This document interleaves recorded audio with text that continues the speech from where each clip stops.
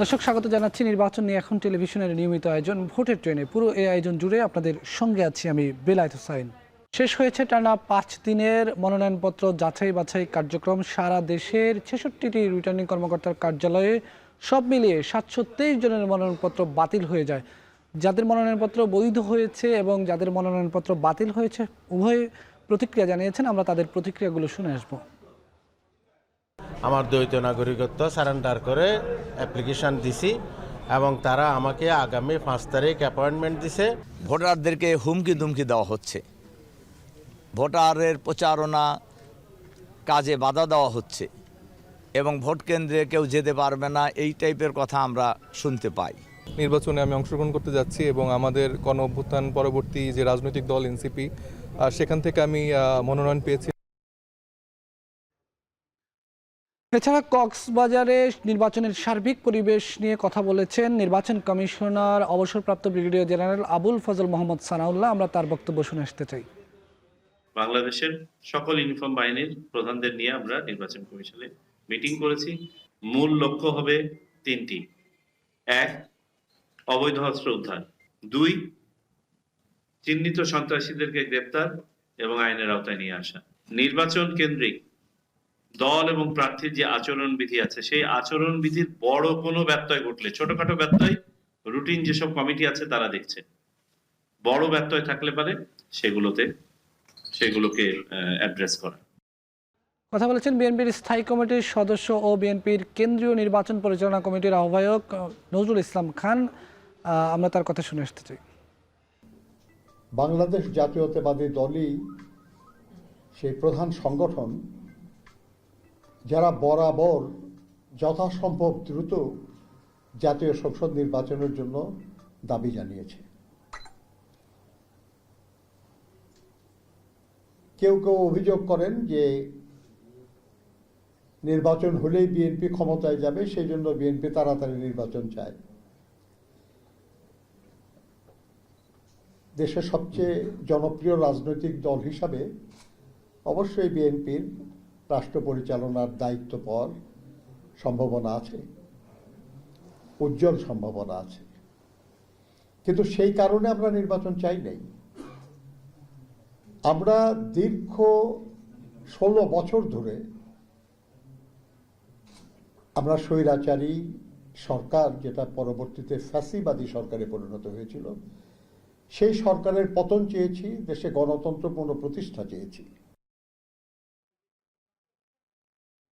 এছাড়া বিএনপি জোটে না যাওয়া এবং জামাত জোটের অন্তর্ভুক্ত হওয়ার কারণ উল্লেখ করেছেন। কারণ সম্পর্কে সাংবাদিকদেরকে জানিয়েছেন জাতীয় নাগরিক পার্টি এনসিপির সদস্য সচিব আক্তার হোসেন।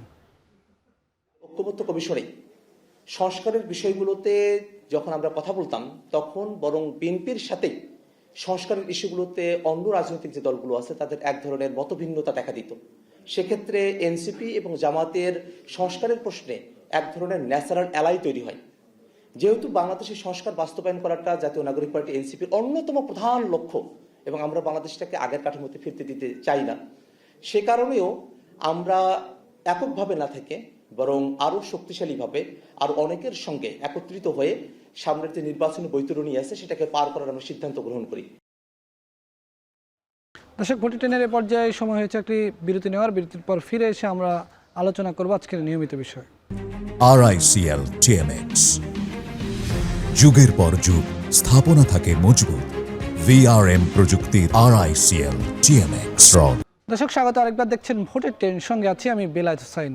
দর্শক, এ পর্বে যুক্ত হব আমাদের আজকের নিয়মিত আলোচনায়। আজকের পর্বের আমরা নাম দিয়েছি বাছাই শেষে। আমরা এই বিষয়ে আলোচনা করার জন্য এ পর্যায়ে আমরা যুক্ত হব বরিশালে। সেখান থেকে আমাদের সঙ্গে যোগ দেবেন সহকর্মী ফেরদৌস সোহাগ।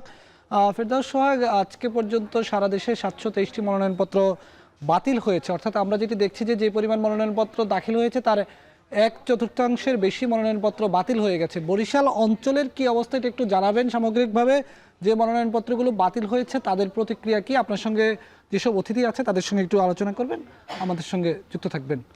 সোহাগ। আপনাকে ধন্যবাদ বেলায়েত।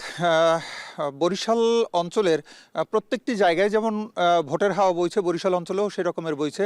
আজকে মনোনয়নপত্র বাতিলের দিনে বরিশালের খবরটি দিয়ে শুরু করি। সেটি হচ্ছে যে বরিশালে মোট যারা মনোনয়নপত্র জমা দিয়েছেন তার মধ্যে বেশ কয়েকটি মনোনয়নপত্র বাতিল হয়েছে। তো এর মধ্যে আবার কিছু মনোনয়নপত্র কিন্তু স্থগিত হয়েছিল, সেগুলো কিন্তু আবার কিছু কিছু মনোনয়নপত্র আবার কিন্তু বৈধ বলে ঘোষণা হয়েছে। তো সেই হিসাবে আমাদের এখানে 4টির মতো মনোনয়নপত্র বাতিল হয়েছে শুধু বরিশালে। আর বিভাগের চিত্রও কিন্তু প্রায় একই রকম, কোথাও 4টি, কোথাও 5টি, কোথাও আরও 8টি, এই একই অবস্থা। তো যারা এখানে আমাদের উপস্থিত আছেন তার মধ্যে একজন সাংবাদিক আছেন মিথুন সাহা, তিনি বরিশাল রিপোর্টার্স ইউনিটির সাবেক সাধারণ সম্পাদক। আমার সঙ্গে রয়েছেন একজন প্রার্থী, তিনি হচ্ছেন মনোনয়নপত্র তার কিন্তু স্থগিত হয়েছিল এবং ভাগ্যক্রমে তিনি কিন্তু মনোনয়নপত্র আবার ফিরে পেয়েছেন, অর্থাৎ তিনি নির্বাচনে অংশগ্রহণ করার সুযোগটি পাচ্ছেন। এবং সাথে আছেন সুজনের জেলা সভাপতি সাধারণ সম্পাদক রফিকুল ইসলাম। তো আমরা আমাদের সঙ্গে যিনি প্রার্থী আছেন, মনোনয়নপত্র স্থগিত হয়েছিল, পরবর্তীতে যার মনোনয়নপত্র যাচাই বাছাইয়ে মানে টিকে গেছে, তার সঙ্গে কথা বলবো প্রথমেই এবং তাকে দিয়ে শুরু করতে চাই। মনীষা, আপনি বরিশালের একজন নেত্রী, আমরা জানি যে তৃণমূল পর্যায়ে আপনি কি বলে রাজনীতি করেন দীর্ঘদিন যাবৎ। তো ভোটের মাঠে আপনি আপনার মনোনয়নপত্রটি স্থগিত হয়েছিল, আবার সেটি ফিরে এসেছে। সব কিছু মিলিয়ে আপনার কাছ থেকে আপনার কি মানে মূল্যায়ন, সব কিছু মিলে একটু শুনবো। দেখুন, আমরা মনে করি যে আমাদের মনোনয়নপত্রটি এটি শুরু থেকেই আসলে বৈধই হওয়ার কথা ছিল, যেখানে শুধুমাত্র একটি স্বাক্ষরের বিষয় ছিল। সেই স্বাক্ষরটি আসলে এটা একটা সংশোধনযোগ্য ত্রুটি। এবং আপনি যদি নির্বাচন কমিশনের যে গেজেটগুলি দেখেন বা এখানে আরপিওর যে আইনটা আছে সেটাও যদি দেখেন, সব জায়গাতেই কিন্তু বলা আছে যে ত্রুটিটা তাৎক্ষণিকভাবে সংশোধনযোগ্য সেটা সংশোধন করে দিতে হবে। এবং কোন কোন ক্রাইটেরিয়াতে বাতিল হতে পারে, সেটা যদি ঋণ খেলাপি হয় বা আয়কর ফাঁকি দেওয়া হয় বা দ্বৈত নাগরিকত্ব থাকে বা সাজাপ্রাপ্ত আসামি হয়, এরকম কোনো ক্রাইটেরিয়াই তো আমাদের ছিল না। ফলে আমরা খুবই আত্মবিশ্বাসী ছিলাম যে আমাদের মনোনয়নপত্র বৈধ হবে। কিন্তু আমরা এখানে যেটা অনুভব করেছি যে এখানে হচ্ছে নির্বাচন কমিশনের ডিরেকশনের মধ্যে এক ধরনের অস্বচ্ছতা ছিল, এক ধরনের সমন্বয়হীনতা ছিল, যে কারণে হয়তো স্থানীয় প্রশাসন বিষয়টা নিয়ে এক ধরনের অনিশ্চয়তার মধ্যে ছিল। স্থগিত করেও পরবর্তীতে তারা যাচাই বাছাই বিষয়টি নিশ্চিত হয়েছে এবং এক ধরনের রাজনৈতিক চাপের মুখেও কিছুটা আমার মনে হয় যে এই সিদ্ধান্তটি নেওয়া হতে পারে। কারণ যখন এই আলোচনাটি হয়েছিল তখন সেখানে যে পরিবেশটি তৈরি হয়েছিল সেটার মধ্যেও কিন্তু এক ধরনের প্রেশার ছিল আমাদের মনোনয়নপত্রের বিষয়ে। আসবো আবার আপনার কাছে। আমরা রফিক ভাই, আপনি সুজনের সঙ্গে জড়িত আছেন দীর্ঘদিন যাবৎ, বয়োজ্যেষ্ঠ একজন সুজনের সদস্য এবং বরিশাল শহরে পরিচিত একজন মুখ। আপনি নির্বাচন নিয়ে কাজ করেন। মনীষা বলতেছিলেন যে এক ধরনের অস্বচ্ছতা কাজ করেছে অথবা চাপ ছিল। আপনি তো পর্যবেক্ষক হিসেবে কাজ করেন, আপনার কাছ থেকে মনীষার এই প্রসঙ্গে আপনার মন্তব্য শুনতে চাই। না, আমরা যেটা দেখেছি সেটা হচ্ছে যে কথাটা মনীষা বলছে যে নির্বাচনী যে এটা ব্যবস্থাটা, এটার মধ্যে এক ধরনের গ্যাপ রয়েছে, একটা ভিতরগত গ্যাপ রয়েছে যেটা কিন্তু অসম্পূর্ণ, এবং যে কারণে এই সকল প্রক্রিয়ার নির্বাচনী যে প্রক্রিয়ার যে ব্যবস্থাটা আছে সেই ব্যাপারে যথাযথভাবে কিন্তু উদ্যোগটা না নেওয়ার ফলে কিন্তু, অর্থাৎ এটি এক ধরনের মানে যেটাকে বলে সংশোধনযোগ্য ভুল এবং ত্রুটি। হ্যাঁ, কাজেই এই ধরনের এটা করাটা ঠিক হয় নাই। এবং এখানে যে আবার যে কথাটা আসছে যে চাপের মধ্যে, কেন চাপের মধ্যে দেবে? যথেষ্ট প্রজ্ঞাবান যিনি নির্বাচনের সাথে জড়িত যে সকল কর্মকর্তারা, কেন এটা হবে? মূল কথাটা হচ্ছে তাদের কাছে যথেষ্ট ইনফরমেশনগুলি নাই এবং তারা লেটেস্ট যে 2025 সালের যে আরপিওর যে সংশোধন হয়েছে এই সংশোধনটাও কিন্তু তারা সেইভাবে ভালো করে দেখে নাই। আর এছাড়াও যে নির্বাচনী আইন আছে সেই আইনেরও প্রবিধানগুলিকে তারা ঠিক সেইভাবে ঘাটাঘাটি করে নাই। সব কিছু মিলে দেখা গেছে যে একটি মানে একটা গ্যাপ রয়েছে, গ্যাপ রয়েছে, যে গ্যাপের কারণেই আজকে এই অবস্থাটা তৈরি হয়েছে এবং এইটি সমাধানযোগ্য বিষয়। এবং আমরা মনে করি যে আগামীতে তারা অত্যন্ত বিচক্ষণতার সাথে অন্যান্য ত্রুটিগুলিকে এবং যে সীমাবদ্ধতা সেগুলিকে কাটিয়ে উঠবে কর্তৃপক্ষ এবং তার মধ্যে দিয়ে একটি ভালো নির্বাচন উপহার দেবে, এমনটাই আমরা প্রত্যাশা করি। মিঠুন সাহা, আপনি দীর্ঘদিন যাবৎ সাংবাদিকতা করেন, আমরা জানি যে বর্তমান যে পরিস্থিতিটি যার মধ্যে দিয়ে যাচাই বাছাই প্রক্রিয়াটি শেষ হলো, সব কিছু মিলিয়ে আপনার কাছ থেকে খুবই সংক্ষেপে আমরা শুনতে চাইব যে আপনার মূল্যায়নটা কি? যদি মোটা দাগে বলি তাহলে সুশাসন প্রতিষ্ঠার জন্য একটি গ্রহণযোগ্য এবং সুষ্ঠু নিরপেক্ষ নির্বাচন এর প্রধান একটি বিষয়। তো সেই জায়গা থেকে জুলাই অভ্যুত্থান পরবর্তী বাংলাদেশের মানুষের কাছে কিন্তু এই নির্বাচনটি একটি আকাঙ্ক্ষার প্রতীক। তো সেই জায়গা থেকে যদি আমরা বলি তাহলে নির্বাচনের মনোনয়নপত্র দাখিল থেকে শুরু করে ভোটাধিকার প্রয়োগ করা পর্যন্ত নাগরিকের এই পুরো যে প্রক্রিয়াটা, এই পুরো প্রক্রিয়াটির মধ্যে একটি সুষ্ঠু এবং নিরপেক্ষতা থাকতে হবে। এবং মনীষা যে কথাটি বললেন যে আরপিওতে যে বিষয়টি রয়েছে যে তাৎক্ষণিক যে বিষয়টি সমাধান করা যায়, তাহলে আমার মনে হয় যে এই বিষয়গুলো যারা নির্বাচন প্রক্রিয়ার সাথে যে সরকারের যে মেকানিজমগুলো রয়েছে, যে মেশিনারিজগুলো রয়েছে, আমার মনে হয় তাদের এই বিষয়গুলোর প্রতি আরও দায়িত্বশীল, যত্নশীল হওয়া উচিত। এবং তাদের মধ্যে যদি কোনো ধরনের সমন্বয়হীনতা থাকে, আমার মনে হয় সেই সমন্বয়হীনতাগুলো কাটিয়ে তোলা উচিত। এই মাঠ পর্যায়ে আমরা সাংবাদিকতা করতে গিয়ে যেটি আমরা দেখেছি যে বিগত নির্বাচনগুলোর কথা যদি আমরা বলি, তাহলে 2024-এর শেষ নির্বাচন, যেটির নিয়ে প্রশ্নের আর কোনো শেষ নেই, এবং এর ফলশ্রুতিতেই কিন্তু এই দেশে একটি গণ অভ্যুত্থান হয়েছে। এবং সেই জায়গায় এসেও গণ অভ্যুত্থান পরবর্তী যে মানুষের আকাঙ্ক্ষার নির্বাচন, সেই নির্বাচনেও যদি একজন প্রার্থী অভিযোগ করে, এই ধরনের একটি অভিযোগ করে, এটি দুঃখজনক। মনীষা, খুব সংক্ষেপে যদি 1 মিনিটে ছোট করে আমাদেরকে বলেন যে বর্তমানে আপনি আইন শৃঙ্খলা পরিস্থিতি নির্বাচনের কতটা অনুকূলে আছে, সবকিছু মিলিয়ে আপনার কাছ থেকে একটু শুনতে চাই। আমরা বলতে চাই যে আইন শৃঙ্খলা পরিস্থিতি একেবারেই অনুকূলে নাই, এবং আপনারা দেখছেন যে অবৈধ অস্ত্র যেগুলি লুট হয়েছিল সেগুলি উদ্ধার করার জন্য এখন পর্যন্ত কোনো সত্যিকারের যে যৌথ বাহিনী বলেন বা সেনাবাহিনী, পুলিশ বাহিনীর কোনো স্ট্রং অভিযান কিন্তু আসলে আমরা দেখছি না প্র্যাকটিক্যালি। আবার আরেকটা বিষয় হচ্ছে যে বৈধ অস্ত্র তো নির্বাচনের আগে জমা দেওয়ার কথা, সেটা এখন পর্যন্ত সেই উদ্যোগটিও কিন্তু চোখে পড়ছে না, বরং আবার বৈধ অস্ত্র দেওয়া হচ্ছে মানুষদেরকে এখন নিরাপত্তার কথা বিবেচনা করে। তাহলে আসলে তারা নির্বাচনের পরিবেশ কিভাবে নিশ্চিত করবেন? এবং মানুষের মধ্যে এখন যে শঙ্কা, সেই শঙ্কা কাটাতে আরো বেশি নিরাপত্তা ব্যবস্থা আরো জোরদার করা দরকার বলে আমরা মনে করি। ধন্যবাদ আপনাকে। রফিক ভাই, আপনার কাছ থেকে খুব সংক্ষেপে ছোট করে একটু 1 মিনিটের মধ্যে শুনতে চাই, সেটি হচ্ছে মনীষা যে শঙ্কার কথা বললেন, আপনার মূল্যায়নটা কি নির্বাচন সংক্রান্ত? না, অত্যন্ত খুব গুরুত্বপূর্ণ একটি পয়েন্ট বলছে যে নির্বাচনের আইন এবং বিধিবিধানের প্রথম শর্তটাই হচ্ছে যে বাজার থেকে বৈধ অস্ত্রগুলিকে উইথড্র করা একটি নির্দিষ্ট সময়ের জন্য। আর আমরা দেখতেছি যে গত জুলাই আন্দোলনের ফলে যে অনেক অনেক অবৈধ অস্ত্রর যে হয়েছে, লুট হয়েছে থানা, এছাড়া বিভিন্নভাবে অস্ত্র ঝনঝনানি দেখা যাচ্ছে, সেগুলি কিন্তু কোনোভাবেই উদ্ধারের কোনো উদ্যোগ তো দেখাই যায় নাই। উপরন্তু দেখা গেছে যে নিরাপত্তার কথা বলে আরও বৈধ অস্ত্র দেওয়ার একটা চলতেছে। আমরা বুঝতে পারতেছি না, এর পাশাপাশি যে জিনিসটা হচ্ছে স্ট্রাইকিং ফোর্স, কিন্তু আমার মনে হয় না যে তারা উপযোগী এবং তারা নির্বাচনের জন্য সেইভাবে প্রস্তুত। ধন্যবাদ আপনাকে। মিথুন সাহেব, খুব সংক্ষেপে, আমাদের হাতে মাত্র 40 সেকেন্ড সময় আছে, স্বল্প সময়ের মধ্যে আপনার কাছ থেকে আমরা শুনতে চাই একজন সাংবাদিক হিসেবে দক্ষিণ অঞ্চলের বা উপকূলীয় এলাকার নিরাপত্তা, নির্বাচন সব মিলিয়ে আপনার মূল্যায়ন শুনবো। আসলে বরিশাল অঞ্চলের কথা যদি আমরা বলি, তাহলে বরিশালের কিন্তু বিশেষ করে মেহেন্দিগঞ্জ যে অঞ্চলটি রয়েছে, এই অঞ্চলটি কিন্তু একেবারেই রিমোট অঞ্চল, এবং এই অঞ্চলে কিন্তু আমরা দীর্ঘ বছর ধরে আমরা একটি জিনিস দেখেছি যে কোনো ধরনের নির্বাচনে সেখানে কিন্তু একটি সহিংস ঘটনা ঘটে। তো সব সময় কিন্তু নির্বাচন কমিশন থেকে বা নির্বাচনের সাথে সংশ্লিষ্ট যে দপ্তরগুলো রয়েছে, তারা কিন্তু একটি মোটা দাগে একটি কেন্দ্রগুলোর একটি করেন, সেটি হচ্ছে গুরুত্বপূর্ণ তালিকা করেন, গুরুত্বপূর্ণ, অতি গুরুত্বপূর্ণ, সাধারণ গুরুত্বপূর্ণ, যেটি আগে এক সময় করা হতো এভাবে যে ঝুঁকিপূর্ণ, সাধারণ এবং অতি ঝুঁকিপূর্ণ। মজার বিষয় হচ্ছে যে বিগত নির্বাচনগুলো, যে নির্বাচনগুলো আসলে নির্বাচনের মতো নির্বাচন হয়নি, সেই নির্বাচনেও দেখা গেছে বরিশালের প্রায় 4 ভাগের 3 ভাগ যে কেন্দ্রগুলো রয়েছে সেগুলোকে অধিক গুরুত্বপূর্ণ দিয়েছে। তো আমরা আশা করছি যে প্রশাসন অবশ্যই আমাদেরকে কোনো ব্রিফ করবে বা আমাদেরকে জানাবে তারা এই আইন শৃঙ্খলা পরিস্থিতি নিয়ন্ত্রণের জন্য এবং স্বাভাবিক রাখার জন্য তারা কি প্রস্তুতি নিচ্ছে। তবে সাধারণ মানুষ কিন্তু নির্বিঘ্নে ভোট কেন্দ্রে যেতে চায় এবং ভোট দিয়ে তার বাড়িতে ফিরতে চায়। মিথুন, আপনাকে ধন্যবাদ। আমরা আসলে শুনছিলাম আমাদের সঙ্গে একজন প্রার্থী রয়েছেন যার প্রার্থিতা স্থগিত হয়েছিল, বর্তমানে আবার সেটি কিন্তু তিনি ভোটে অংশগ্রহণ করার যোগ্যতা অর্জন করেছেন কর্তৃপক্ষের পরিমাপে। তো আমাদের সঙ্গে আলোচনায় যারা যুক্ত হয়েছিলেন তাদেরকে ধন্যবাদ জানাচ্ছি, এবং আজকের আলোচনার মধ্য দিয়ে বরিশালের খুব সংক্ষেপে বরিশালের কি পরিস্থিতি, ভোটার একজন, এখানে 3 জনই ভোটার, আবার একজন প্রার্থী রয়েছেন, তাদের মূল্যায়নটি আমরা তুলে ধরার চেষ্টা করেছি। অনেক ধন্যবাদ ফেরদৌস সোহাগ, আমাদেরকে জানাচ্ছিলেন যে 3 জন আলোচকের মূল্যায়ন, এর মধ্যে মনোনয়নপত্র বাতিলের ক্ষেত্রে নির্বাচন কমিশনের যে নির্দেশনা, সেই নির্দেশনায় অস্বচ্ছতার অভিযোগও এসেছে। নির্বাচন কমিশনের উপর এক ধরনের রাজনৈতিক প্রভাব বিস্তারের অভিযোগও তারা করেছেন। দর্শক, এ পর্বে আমরা একটি বিরতি নেব, বিরতির পর ফিরে এসে আমরা আবারও যুক্ত হব অন্য আরেকটি জেলায়।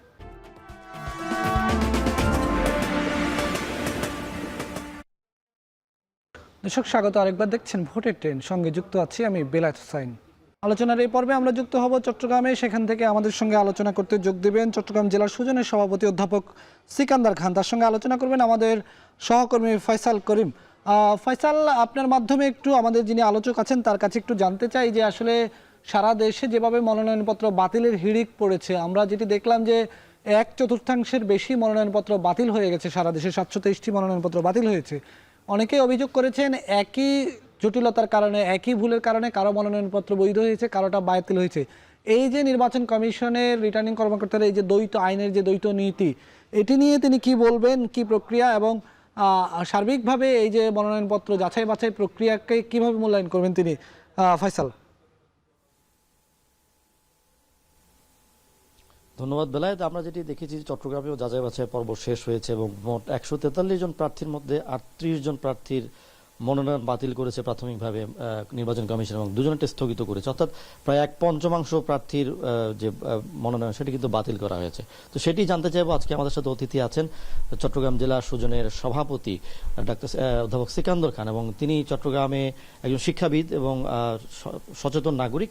তার কাছে আমরা যে জানতে চাইবো যে আসলে চট্টগ্রামে একটি উল্লেখযোগ্য সংখ্যক প্রার্থীর মনোনয়ন বাতিল হয়েছে এবং এক্ষেত্রে অনেকেই নির্বাচন কমিশন বা যারা রিটার্নিং কর্মকর্তা আছে তাদের দ্বিচারিতা কিংবা আইনের কঠোরতার ক্ষেত্রে কিছু ক্ষেত্রে শিথিলতা, কিছু ক্ষেত্রে কঠোরতা দেখানোর অভিযোগ আসছে। তো বিষয়টাকে আসলে আপনি কিভাবে দেখেন?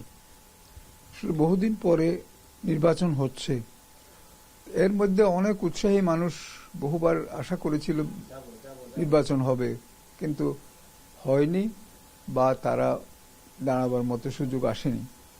সেজন্যও একটা কারণ যে অনেক লোক এখন এইবারকের নির্বাচনে অংশগ্রহণ করছে।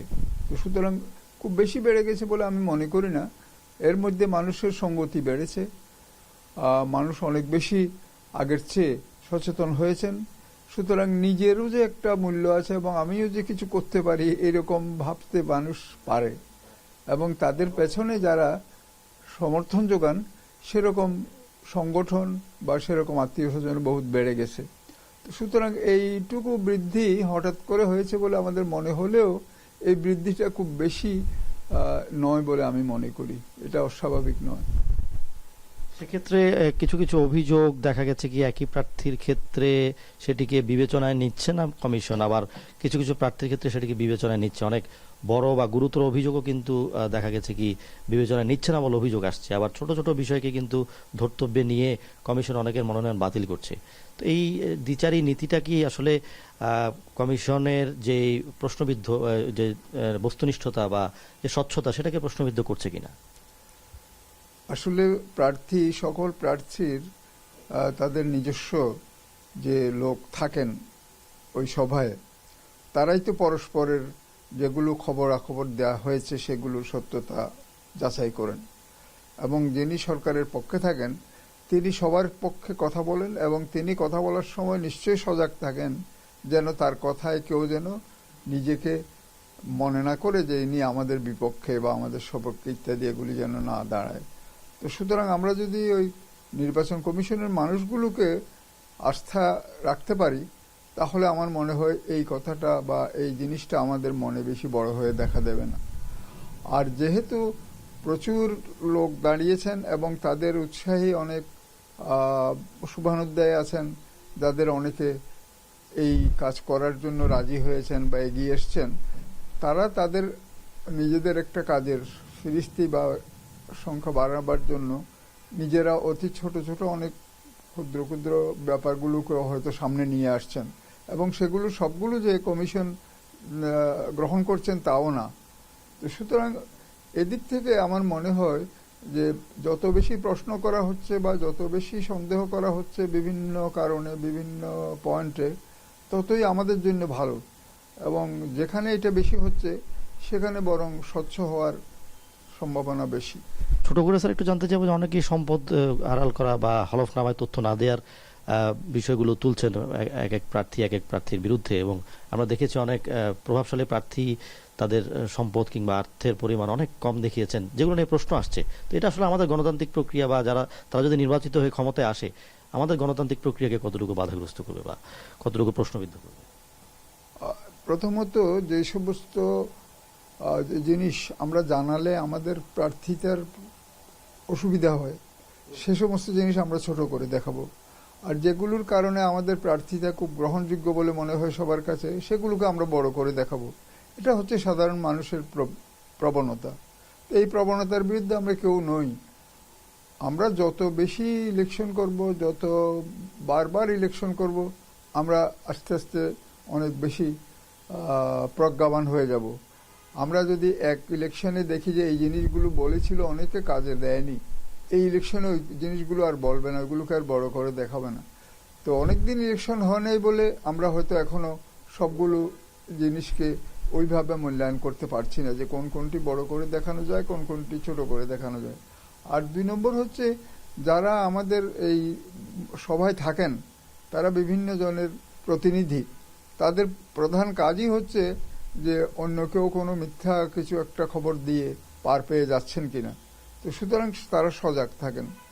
আমার মনে হয় এগুলির পরে আমাদের আর বেশি কিছু বলার থাকে না।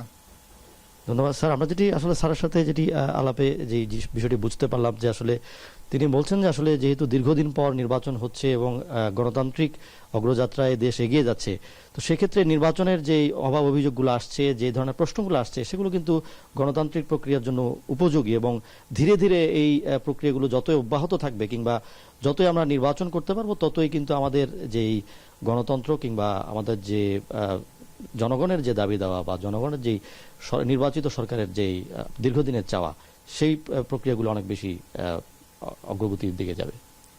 ফয়সাল করিম, আমরা যুক্ত ছিলাম চট্টগ্রামে, সেখান থেকে সুজনের সভাপতি আমাদের সঙ্গে আলোচনায় ছিলেন। দর্শক, নিচ্ছি আরেকটি বিরতির পর ফিরে এসে আমরা যুক্ত হব রাজশাহীতে।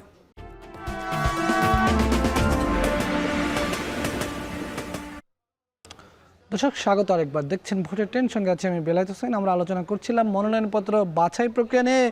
এই পর্বে আমরা যুক্ত হব রাজশাহীতে, সেখান থেকে আমাদের সঙ্গে যোগ দেবেন সহকর্মী রাকিবুল হাসান। রাকিব, আপনার সঙ্গে দুজন, একজন প্রার্থী এবং একটি রাজনৈতিক দলের সাধারণ সম্পাদক রয়েছেন রাজশাহী মহানগর বিএনপির।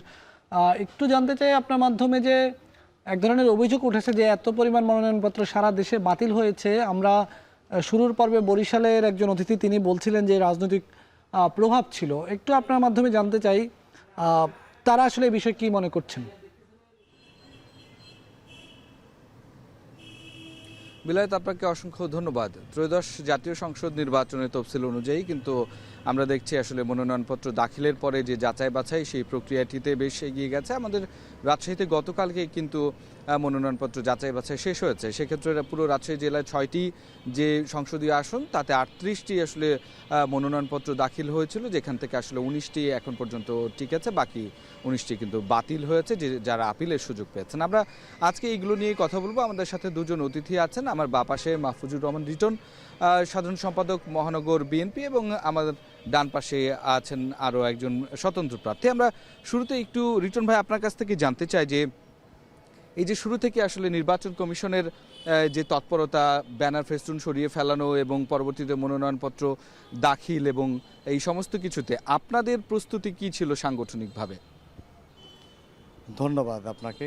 আসলে আমি বক্তব্যের শুরুতেই আমি গভীরভাবে শ্রদ্ধার সাথে স্মরণ করছি বাংলাদেশের গণতন্ত্র যিনি নেত্রী ছিলেন, এদেশের মানুষের জন্য যিনি গণতন্ত্র ফিরিয়ে নিয়ে আসার জন্য, ভোটার অধিকার প্রতিষ্ঠিত করার জন্য এবং এদেশের যে একটি গ্রহণযোগ্যতা ভোট যেন অনুষ্ঠিত হয়, সেই জন্য তিনি সংগ্রাম করেছেন। আমাদের বিএনপির চেয়ারপারসন, সাবেক বাংলাদেশের প্রধানমন্ত্রী দেশনেত্রী বেগম খালেদা জিয়ার প্রতি তিনি ইতিমধ্যে আপনারা জানেন লক্ষ কোটি মানুষের দোয়া পেয়ে তিনি আমাদের মাঝ থেকে বিদায় নিয়েছেন।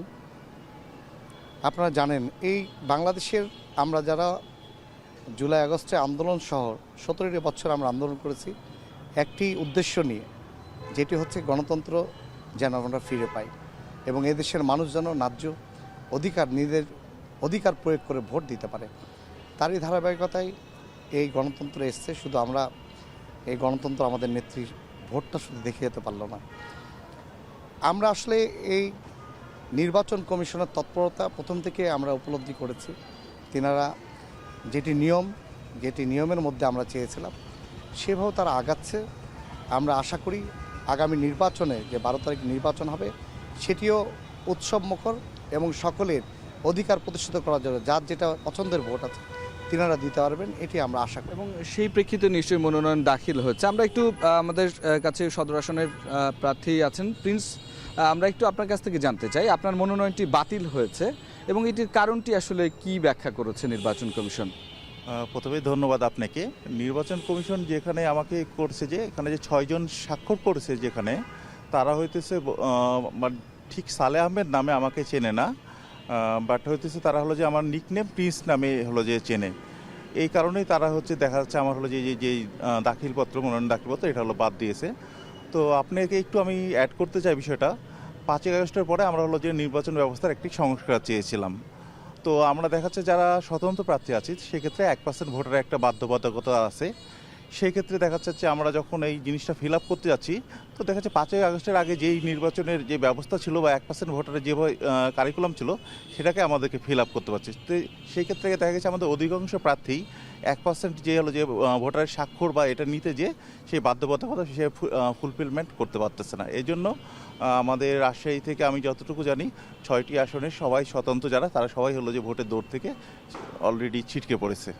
এক্ষেত্রে নিশ্চয়ই আপনারা আপিলের সুযোগ আছে, সেই আপিলটি করবেন। রিটন ভাই, একটু জানতে চাই যে আপনারা আসলে রাজনৈতিকভাবে একটি বড় দল এবং দীর্ঘ 17 বছর আপনারা যেভাবে আসলে এই যে গণতন্ত্র বাংলাদেশে আসলে দেখতে পাননি, সেই জায়গা থেকে আসলে আমরা দেখেছি আপনাদের চেয়ারপারসন বা ভাইস চেয়ারম্যান যিনি, তিনিও আসলে চেয়েছেন যে একটি বহুদলীয় গণতন্ত্র প্রতিষ্ঠা হোক এই দেশে। সেক্ষেত্রে এই যে 5 আগস্টের পরে স্বতন্ত্র প্রার্থীদের এভাবে বাতিল হয়ে যাওয়া, এইটাকে আসলে কিভাবে দেখছেন? তাদেরকে আসলে রাখা উচিত ছিল কিনা এই প্রতিযোগিতাটা আরও একটু বাড়িয়ে নিতে? না, দেখুন, নিয়মের বাইরে তো কখনোই কোনো জিনিসের সঠিক হবে না। আপনি গঠনতন্ত্র অনুযায়ী কিংবা তিনাদের রুলস অনুযায়ী নির্বাচন কমিশনার যেগুলো তাদেরকে আপনার ফুলফিল করার জন্য তারা একটা শিডিউল ঘোষণা করেছেন, সেই শিডিউল মোতাবেক তো আমাদেরকে পূরণ করতে হবে। আমরা যদি ক্রাইটেরিয়ার মধ্যে না পড়ি, সেখানে আসলে প্রতিযোগিতা কিংবা আরও কিছু লোককে বাড়ি দিয়ে দেখানোর কিছু নাই। আমরা চাই যে স্বচ্ছভাবে সব কিছু করুক। আমাদের বিএনপির বর্তমানে যিনি চেয়ারম্যান এখন বর্তমানে আমাদের জনাব তারেক রহমান, তিনি এর আগেও যিনি এই 17টি বছর আন্দোলন সংগ্রাম করে একটি দাবি আদায়ের জন্য দেশনেত্রী বেগম খালেদা জিয়ার পাশাপাশি তিনি এই দল সহ এই দেশের মানুষের জন্য কাজ করে যাচ্ছেন। আমাদের উদ্দেশ্য হচ্ছে যেটি সঠিক, যেটি অন্যায় ন্যায়, মানে অন্যায় হবে না, ন্যায়সঙ্গত কাজ, সেটি আমরা বাস্তবায়ন করার জন্য আমরা কাজ। রিটন ভাই, এই ক্ষেত্রে আমরা যেটি লক্ষ্য করেছি, কখনো কখনো একটি ছোট্ট সিগনেচার অথবা তার নিক নেমে তার ভোটাররা না চেনা, এই বিষয়গুলোকেও আসলে নির্বাচন কমিশন আমলে এনেছেন। এইখানে আসলে 5 আগস্টের পরে এইটা আরও শিথিলীকরণ করা যেত কিনা, বা আগেই এই বিষয়টি ভাবা যেত কিনা? দেখুন, আমরা সবাই বলতেছি যে আমরা সঠিক পন্থায় দেশ পরিচালনা করতে চাই, আবার যখন আমরা নিয়মের বাইরে যদি কোনো কাজ করতে যাই তাহলে তো এটি অনিয়মই হয়ে গেল। আমরা তো এই জন্য আন্দোলন সংগ্রাম করি নাই। আমরা চাই দেশের সঠিক এবং স্বচ্ছভাবেই সব কাজ হবে। আমরা আশা করি ইনশাল্লাহ আমাদের দেশনেত্রী বেগম খালেদা জিয়ার রেখে যাওয়া বাকি কাজগুলো, যিনি গণতন্ত্রের জন্য লড়াই করেছেন, আমরা বুঝতে পেরেছি। সেই গণতন্ত্রের কথাই যখন বলছি, তখন আসলে প্রিন্স, আপনারা আসলে কিভাবে এটিকে মোকাবেলা করবেন বা আপিল করবেন কিনা, বা আপিল প্রক্রিয়াটা কি হবে? আজকে আপনি যদি জেনে থাকেন, আজকে 14 জন হলো যে দরখাস্ত করেছিল, তাদের সবাইকে হলো যে আবেদন করার জন্য কপি দেওয়া হয়েছে। তারা সবাই হলো যে ঢাকার উদ্দেশ্যে রওনা দিয়েছে এবং তারা হলো যে গতকাল বা কিছুদিনের মধ্যে তারা আপিল হলো যে করবে। আচ্ছা, শেষ কোশ্চেন, সেটা হচ্ছে যে আপনি যদি নির্বাচনে আসতে পারেন তাহলে আসলে আপনার পরিকল্পনাগুলো কি থাকবে? আপনি তো সদর থেকে নির্বাচন করছেন। আমি যদি নির্বাচনে আসতে পারি সেই ক্ষেত্রে হলো যে আমরা অবশ্যই চাবো নতুন একটি রাজনৈতিক বন্দোবস্ত হবে, যেখানে হলো যে কোনো প্রকার হানাহানি থাকবে না এবং প্রত্যেকে হলো যে আমাদের যেগুলো সদ্য প্রার্থী আছে, যা মিজানুর রহমান মিনু চাচা এবং হলো যে আমাদের ডাক্তার জাহাঙ্গীর আছে, সবাইকে নিয়ে আমরা যৌথভাবে কাজ করার একটা উদ্যোগ নিব, অর্থাৎ সম্মিলিতভাবে উন্নয়নের কাজটি এগিয়ে নেবেন। রিটন ভাই, শেষ করব আপনাকে দিয়েই, যে যদি একটু বলতেন যে আপনাদের তো দীর্ঘ পরিকল্পনা আছে, তারপরে আসলে আপনার কি মনে হয় যে এই আসনের উন্নয়নের জন্য কি করা উচিত, খুবই সংক্ষেপে যদি বলেন? একটাই সংক্ষেপে উদাহরণ, আপনাদের রাজশাহীর বিগত কাজকর্ম আপনারা দেখেছেন। আমাদের রাজশাহীর যা কাজের উন্নয়ন সমস্ত কিন্তু বিএনপির আমলে, এবং বিএনপির সময় আমাদের প্রিয় নেত্রী দেশনেত্রী বেগম খালেদা জিয়া প্রাইম মিনিস্টার থাকাকালীন রাজশাহী এই সদর আসনে যিনি বিএনপি মনোনীত প্রার্থী মিজানুর রহমান মিনু তখন মেয়র ছিলেন, এমপি ছিলেন, তিনি যে উন্নয়ন করেছে ইনশাআল্লাহ আগামী দিনে তিনি ব্যাপক ভোটে নির্বাচিত করবে রাজশাহীর মানুষ এবং রাজশাহীর উন্নয়ন ভাই আপনাকে ধন্যবাদ, আমরা বুঝতে পেরেছি। এবং প্রিন্স আপনাকে অসংখ্য ধন্যবাদ আমাদের এই আলোচনায় অংশগ্রহণ করার জন্য। বিলায়েত, আসলে রাজশাহী থেকে আমরা যেটি জানছিলাম যে এই যে মনোনয়নপত্র দাখিল এবং সেটির যে আপিল করার প্রক্রিয়া সেটি করার মধ্য দিয়ে আগামীর যে উন্নয়ন ভাবনা সেটি বাস্তবায়ন করবেন এই প্রার্থীরা। তো এই ছিল রাজশাহী থেকে আমার কাছে সর্বশেষ খবর। অনেক ধন্যবাদ রাকিবুল হাসান আমাদের সঙ্গে যোগ দিয়েছেন রাজশাহী থেকে। দর্শক, আজকের পর্বে আমরা দেশের বিভিন্ন প্রান্তে যোগ দিয়ে মনোনয়নপত্র বাছাই শেষে কি পরিস্থিতি দাঁড়িয়েছে সেটা নিয়ে আলোচনা করেছি। তো এই ছিল আমাদের আজকের ভোটে টেনের আয়োজন। সাথে থাকার জন্য ধন্যবাদ।